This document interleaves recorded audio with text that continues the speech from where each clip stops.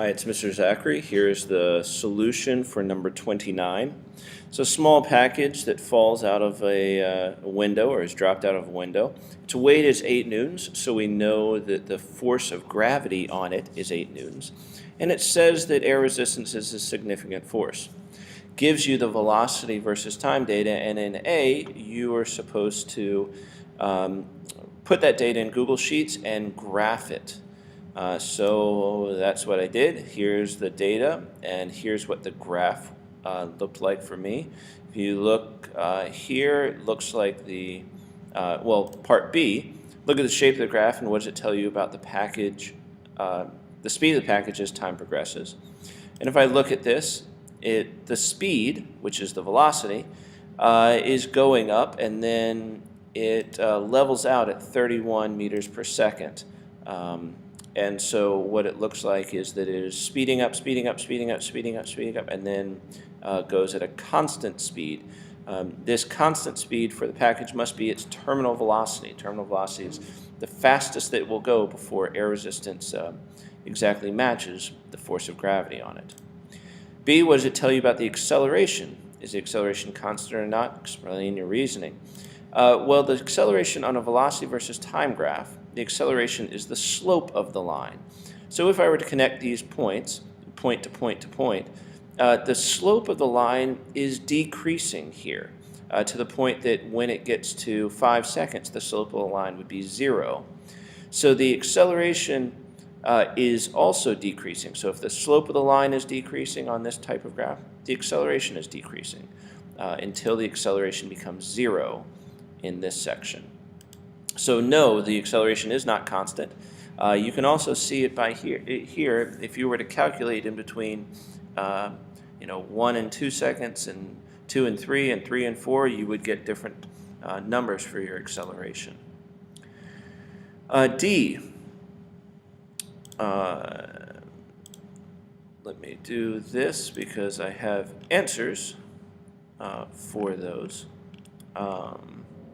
For D, what is the force of air resistance, or is it ever in free fall, is the question. The problem says that air resistance is a significant factor. So if that's the case, then no, the package can't ever be in free fall, because in free fall, the force of gravity would be the only force on it. It says that there's air resistance, though. But if you look from 0 to 1 seconds, the acceleration is 10 meters per second squared. So the air resistance then must be so small that the package acts like it is essentially in free fall. In other words, it's not moving very fast yet, which matters in terms of air resistance. And so maybe this acceleration is 9.99998 or something like that, very close to this, that rounds to 10 when you look at it. So we can think of it as in free fall from 0 to 1 seconds, even though we know really technically it never is, because air resistance is a significant force. E, find the acceleration between 2 and 3 seconds. The acceleration between 2 and 3 seconds, we take the velocities between 2 and 3, and we find out the acceleration is 7 meters per second every second.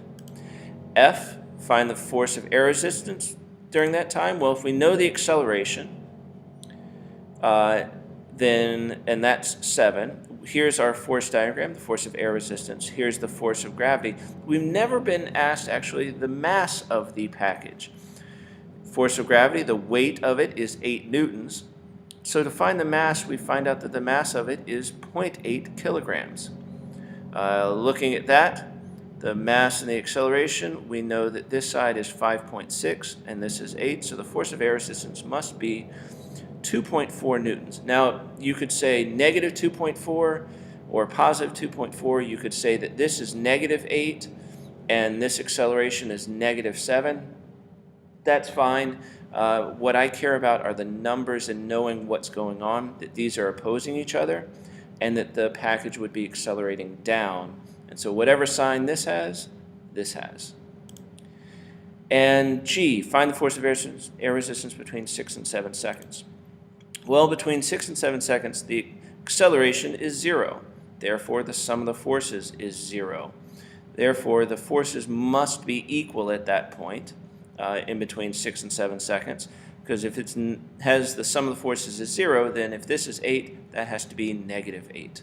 They have to be equal, so the force of air resistance would be 8 newtons.